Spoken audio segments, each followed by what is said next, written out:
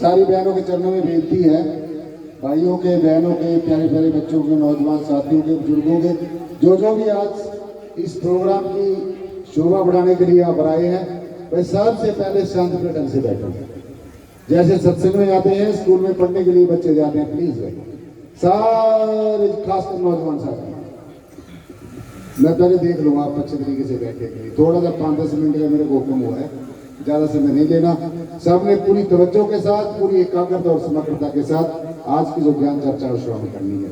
देखो साधु संत महात्मा कितना कितना समय निकाल के, और आप लोग सब अपने घर परिवार का समय निकाल के, काम छोड़ कर यहाँ पर आए हैं, तो आज यहाँ से पूरी की पूरी झोलियां भर के जानी है, और इतनी झोली भर के जानी है, इतनी रैमो कर्म सदगुरु का लेकर जाना है कि सारा साल हमें कुछ मांगने की जरूरत न पड़े। और शासन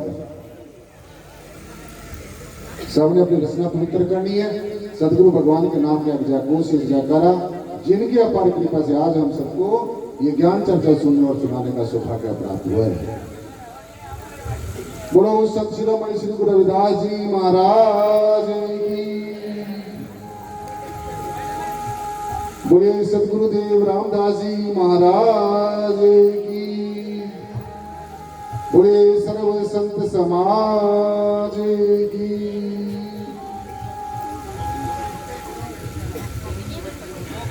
आदि गुरु नमस्कार निराकार, श्री सतगुरु चरण ओत प्रोत परवेश, एक अनेक विस्तार रब नमस्कार, बूटा चरण गट गट में परवेश। सतगुरु चरण शरण में कटे पाप और रोग, हर्ष शोक व्यापे नहीं, मिले निरंतर जो।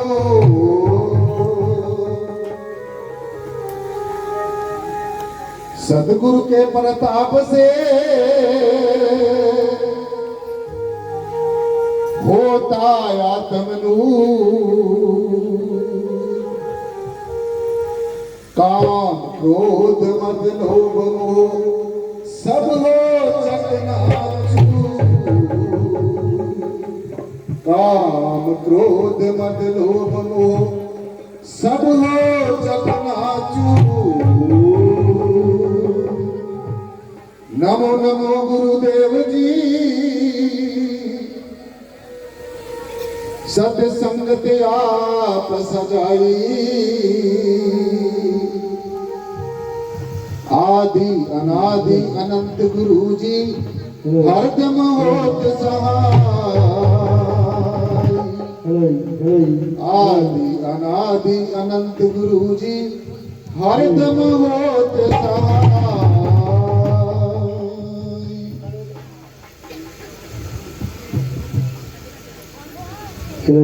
हर साहिरा छाड़ के करे आन किया, ते नर दो जग जाएंगे सतबा से रविदास,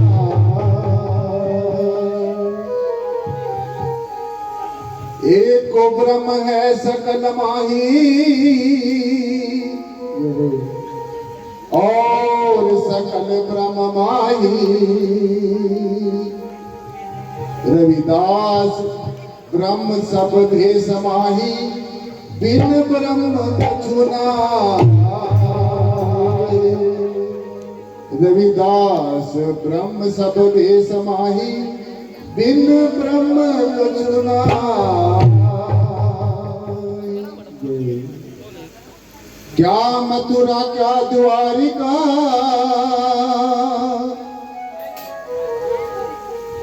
क्या काशी हरिद्वार, रविदास को जे दिल अपना, दिल माही मिले दिल रविदास खोजे दिल अपना, दिल भाई मिले दिलदार। आओ शासन जी। आज हर साल की भांति ये जो ज्येष्ठ की पूर्णिमा आती है, इस ज्येष्ठ की पूर्णिमा पर यहाँ पर गांव साहब की जो गद्दी है, जो हमारे परम पूजनीय श्री गुरुदेव विशाल जो रूहानी सत्संग भंडारे का आपने आयोजन किया है, इस रूहानी विशाल सत्य समागम में जो कि हमारे पूजनीय महात्मा रामकिशन जी, मंगत राम जी, सुखविंदर जी और जो सभा के प्रधान है हमारे महात्मा जी संजीव कुमार जी और जो संत रामदास जी महाराज के जो सुपुत्र हैं अपने जो महात्मा जी राजपाल जी, सिंहदयाल जी और शासक जी, यहाँ के जो सारी शासन के सहयोग से आज का ये जो आयोजन किया गया है। आज के संत समागम में कपाल पूजन से हमारे बहुत ही परम पूजनीय श्री गुरुदेव निर्मल दास जी महाराज किसी कारण काम की व्यवस्थाओं से, क्योंकि कल वहां पर भी एक बहुत विशाल प्रोग्राम है, तो उनके जो सहयोगी यहाँ पर हमारे संत जी बलवंत दास जी और उनके साथ में जितने भी सहयोगी आए हैं, सारे आप इस प्रोग्राम की रौनक को बढ़ा रहे हैं। सो थोड़े से समय में बहुत महत्वपूर्ण बातें करनी है जो हमारे मनुष्य जीवन में बहुत ज्यादा जरूरी है। और शासक जी जिन बातों को मानकर, जिन सिद्धांतों को मानकर अपने गुरु के पद चिन्हों के ऊपर चलकर हमारा जो ये हीरा सा जन्म, जो कोई 10, 20 और 50 वर्षों के बाद में हमें नहीं मिला, 84 लाख जन्मों के बाद में ये हीरा सा जन्म, ये गोल्डन अपॉर्चुनिटी हम सबको नसीब हुई है। ये बेशकीमती जीवन, ये बहुत ही अनमोल जो नर नारायणी थे हम सबको मिली है। मालिक के कुल परमेश्वर परब्रह्म निर्गुण आकार सर्वाधार विश्वाधार परम तत्व के रहमो कर्म से, अनुग्रह से और सतगुरु की दया मेल से आज हमें ये ज्ञान चर्चा सुनने का सौभाग्य प्राप्त हुआ है। आज हमने जो निरर्थक बातें हैं, जो कल्पनाएं हैं, जो इंसान की बनाई हुई मनगढ़ंत बातें हैं, प्लीज भाई ध्यान से सुनिए, शोर मत करो। जो बनाई हुई मनगढ़ंत बातें आपके काम आएंगी, ये बातें, ये खान पान तो सब अपने घरों में भी करते रहते हैं, तो सत्संग में तो आज हमने अपने संतों महापुरुषों के विचार आज अपने हृदय में डालकर जाने हैं, और वो तब डालेंगे जब हम कुछ खाली होकर आएंगे। भगवान जी ने कहा कि जो खाली होकर आता है दरबार में, उसको भर दिया जाता है, और जो दरवाजा खटखटाता है, इस दरबार का दरवाजा खटखटाता है, उसको अनेकों लौकिक और अलौकिक नियामतों से नवाज दिया जाता है। सो हमने सदगुरु भगवान के दरबार में अरदास करनी है, प्रेयर करनी है, प्रार्थना करनी है, क्योंकि हमारे वेदों, शास्त्रों, ग्रंथों, उपनिषदों, पुराणों में नवदा भक्ति बताया है। नवदा भक्ति, 9 तरह की भक्ति, और 9 तरह की भक्ति अब मैं आपको सारी बताऊंगा तो बहुत समय लगेगा। तो 9 तरह की भक्ति में सबसे श्रेष्ठ, सबसे उत्तम जो भक्ति है वो है प्रेम भक्ति। कौन सी भक्ति है? प्रेम भक्ति। अगर संसार के अंदर कोई कमी है, वैसे परमेश्वर की दया मेल से तो कोई कमी नहीं है, लेकिन जो जीव के अंदर जो कमी है वो है आपसी भाईचारे की, प्रेम की, प्रीति की और प्यार की। और ये प्रेम, प्रीति और प्यार एक ऐसा जौहर है, एक ऐसा जो अमृत ज्ञान अमृत है, जो हमें संसार की किसी भी चौखट में नहीं मिलता है, और ना इसको किसी पैसे से खरीदा जा सकता है और न किसी शान और शौक से खरीदा जा सकता है। इसीलिए संतों में संत शिरोमणि श्री गुरु रविदास जी महाराज हम सबके आइडल, हम सारी समूची की समूची मानवता के जो मसीहा हैं, उन्होंने भक्ति मार्ग के बारे में ऐसी बात कही है, क्योंकि मैं गुरु जी की वाणी को इसलिए आपके समक्ष रख रहा हूं। गुरु जी की वाणी बहुत सहज है, सरल है और समझने वाली बात है। तो उन्होंने, गुरु महाराज ने ये कहा है, आप सब पढ़ते हैं, लेकिन पढ़ने पढ़ने मात्र से कुछ काम चलने वाला नहीं है। प्लीज भाई, किसी इल्म को सारी जिंदगी पढ़ते रहो, सारी जिंदगी गाते रहो, बजाते रहो, ये कोई गाने का बजाने का कोई विषय नहीं है। ये जानने का विषय, पहचानने का विषय, अनुभव करने का विषय है। वैसे परमेश्वर की शान में, गुरु की शान में हम चाहे कोई गायन करके, कोई भजन गा के, या कोई वचन करके, प्रवचन करके हम कुछ शान में बोलते हैं, तो वो परमेश्वर को कबूल होता है। लेकिन जो विचार है, जो वाणी है,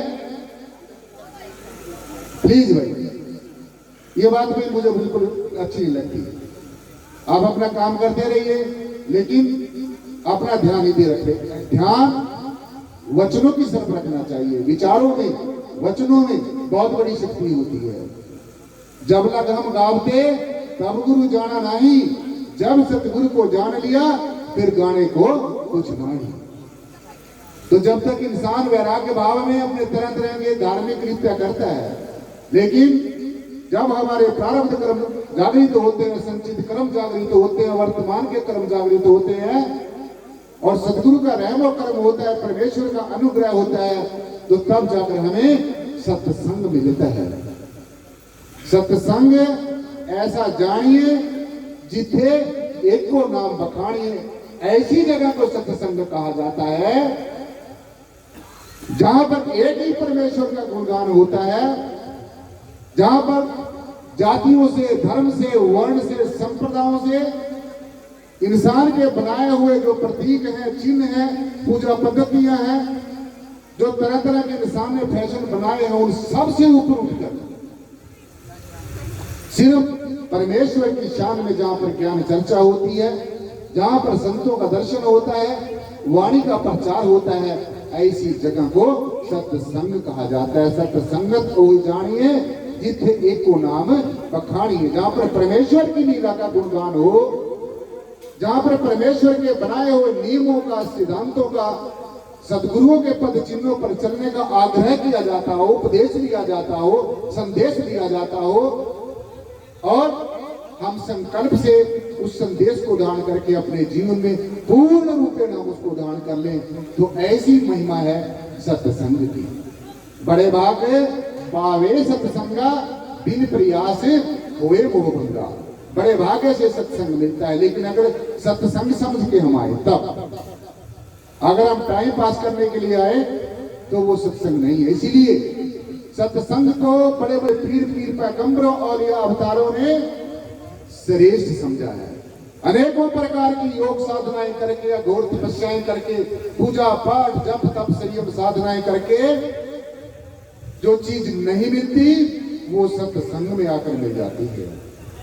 क्योंकि जहां पर परमेश्वर की लीला का बखान हो, जहां पर परब्रह्म निर्गुण निराकार सर्वाधार विश्वाधार परम तत्व की शान में हमारे संतों महापुरुषों की वाणी, उनके वचन प्रवचन होते हो, तो वहां पर देवी देवता भी आकर प्रणाम करते हैं। जिस देही को सिमरे देव, सो देही बघारी की सेव। आप जैसा बनने के लिए, ये इंसानी जामा दान करने के लिए, ये नर नारायणी देव प्राप्त करने के लिए देवी देवता भी तरसते हैं, देवी देवता भी तरसते हैं।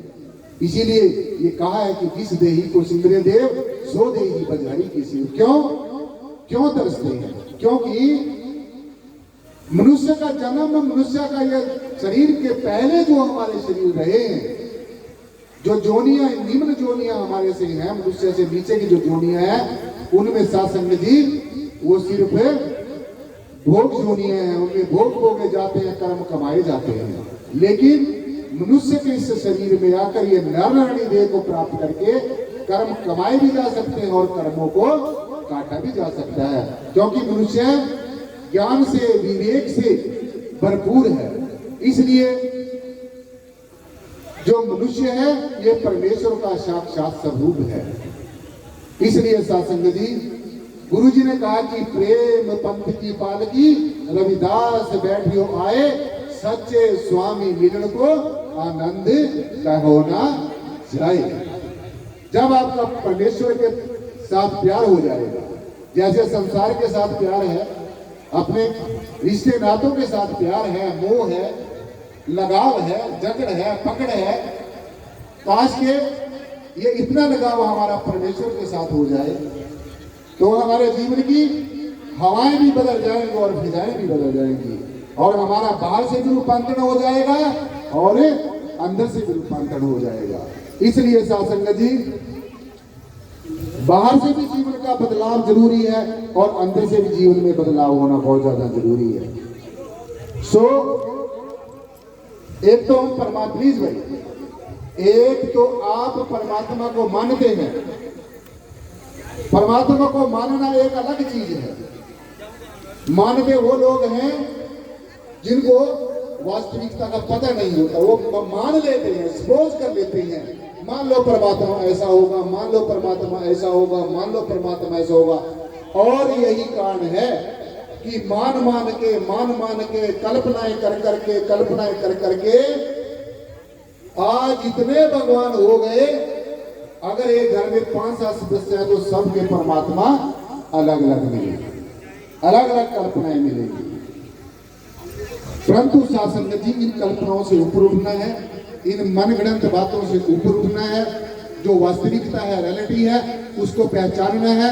और वो जो वास्तविकता, जो रियलिटी, हमें सिर्फ और सिर्फ सत्संग में आकर, संतों की शरण में आकर, और खासकर ऐसे संत महापुरुषों की शरण में आकर जो ब्रह्म को जानते हैं, जो ब्रह्म को पहचानते हैं, जिन्होंने परमेश्वर को देखा है, जिन्होंने परमेश्वर को जाना है, जिन्होंने परमेश्वर की पहचान की है,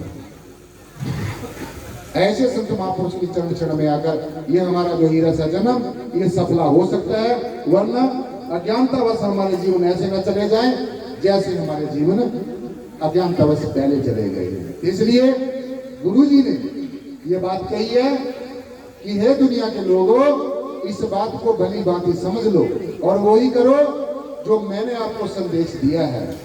और अगर हम अपने सदगुरुओं के संदेश के दिए गए संदेश से विपरीत करेंगे, अपने ही आप को अलग से फैशन बना के चलेंगे, तो मेरे ख्याल में सदगुरु की कृपा नहीं होगी, उल्टा हमारे ऊपर कोप दृष्टि हो जाएगी।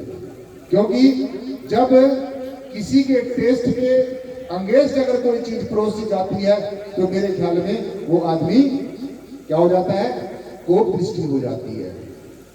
तो इसलिए हमें वही करना है जो हमारे सदगुरु ने कहा है। तो सदगुरु भगवान ने समूची मानवता को एक संदेश दिया, एक उपदेश दिया, और वो क्या, ध्यान से सुनना है। ये कहा है, जैसे हम लोग कहते हैं कि परमात्मा सब में है, हम पढ़ते हैं, सुनते हैं, लेकिन अगर परमात्मा सब में है ये हम भली भांति जानते हैं, तो फिर ये आज इंसान तरह तरह की पूजा पद्धतियों के नाम पर, धर्मों के नाम पर, जातियों के नाम पर, वर्णों के नाम पर, संप्रदायों के नाम पर, मिशनों के नाम पर, प्रतीकों के नाम पर, चिन्हों के नाम पर ये क्यों फिर अलगाववाद है? अगर हम एक ही परमेश्वर को जानते हैं तो फिर ये बहुदेववाद क्यों है? तो शासन जी, आज हमने साधनों को छोड़कर साधना की तरफ बढ़ना होगा और बेकार की निरर्थक बातों को छोड़कर, मनगढ़ंत बातों को छोड़कर, तरह तरह की मान्यताओं को छोड़कर, तरह तरह के मूढ़ मान्यताओं को छोड़कर, तरह तरह के जो अनाप शनाप बाहरमुखी कर्मकांड है उनको छोड़कर आज अपने सदगुरुओं की बातों के ऊपर फूल चढ़ाने की जरूरत है। आज हमने उनके सिद्धांतों के ऊपर चलने की जरूरत है। इसलिए गुरु जी ने कहा, ध्यान से सुनिए हमने ये बात, क्योंकि पहले हमने खुद उसको अपने जीवन में ध्यान करना है। हर एक इल्म के साथ अमल का होना बहुत ज्यादा जरूरी है।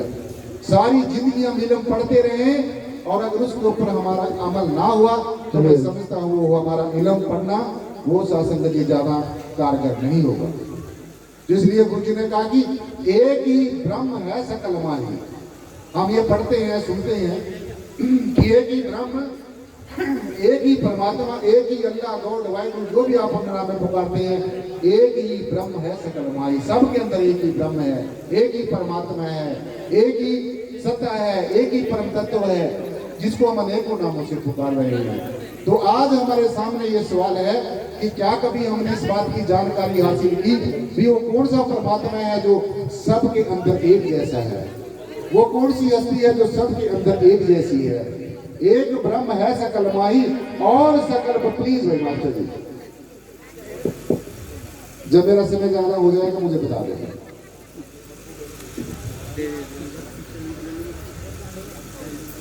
तो एक वो ब्रह्म है सकल माही और सकल ब्रह्म माही।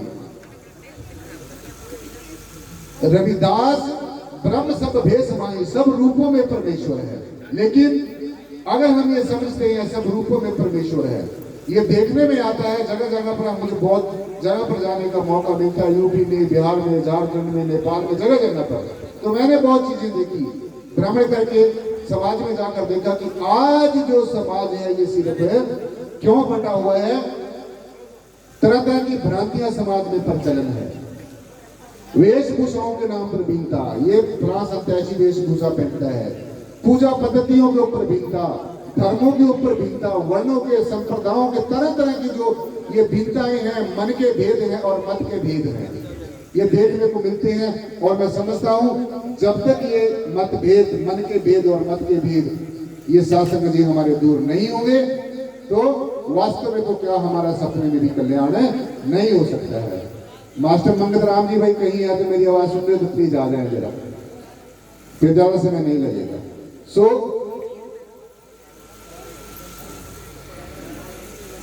सब में जो रब है और रब में सब है, हम परमात्मा में है, परमात्मा हमारे में है। ये जो परमात्मा का हम लोग ढिढोरा पीटते हैं, ये कोई ऐसा नहीं है कोई आकाश से उड़ के आएगा या कहीं पूर्व पश्चिम से आएगा या कहीं धरती में से निकलेगा या पूजा से खुश होगा या पाठ करने से खुश होगा, ऐसा नहीं है। इसीलिए गुरु जी ने कहा कि पढ़िए गुणिए नाम सब सुनिए, अनुभव भाव न दर्शे, लोहा कंचन हिरन हो कैसे, जो पारस न परसे, देव संशय गांठ न छूटे, काम क्रोध मोह मद मत्सर इन पांचों में लो। महात्मा जी जरनैल जी मेरा लाखों दमड़े देकर सम्मान कर रहे हैं। सदगुरु भगवान अपना रहमो करने के ऊपर शासन जी हमेशा ऐसे बनाकर रखे। सो आओ जुड़े रहिए शासन जी। सो जो वचन होते हैं, प्रवचन होते हैं, विचार होते हैं, विचारों में बहुत बड़ी शक्ति होती है।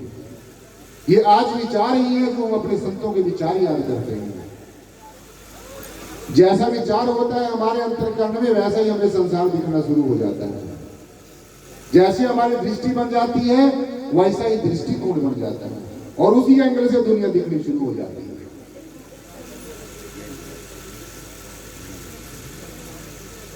सो विचारों का सबसे पहले जो प्रभाव है, प्लीज भाई, विचारों का सबसे पहले जो प्रभाव है वो हमारे अपने ऊपर पड़ता है, खुद के ऊपर पड़ता है। महात्मा जी लाखों दमड़े देकर मेरे सत्कार कर रहे हैं, धन्यवाद। पहले विचारों का जो प्रभाव है हमारे अपने ऊपर पड़ता है, अपने अंतःकरण में पड़ता है। फिर विचारों का प्रभाव, हमारी बातों का प्रभाव, हमारे रहन सहन का प्रभाव हमारे आसपास के वातावरण पर पड़ता है जहां पर हम लोग रहते हैं। उसके बाद इन विचारों का प्रभाव, वाणी का प्रभाव पूरे समाज के ऊपर पड़ता है, सारे के सारे अखिल ब्रह्मांड पर पड़ता है। तो इसलिए जो सद्विचार है, जो सदचिंतन है, वो हमारे जीवन में होना बहुत ज्यादा जरूरी है। सुशासन जी, आज हमने सबसे ज्यादा जो जरूरत है वो अपने सदगुरुओं के पद चिन्हों के ऊपर चलने की जरूरत है। देखो भाई, मैं आपको सीधी सीधी बात बताऊं, जब तक किसी चीज को देखा नहीं है, मेरी बात को ध्यान से सुन लेना,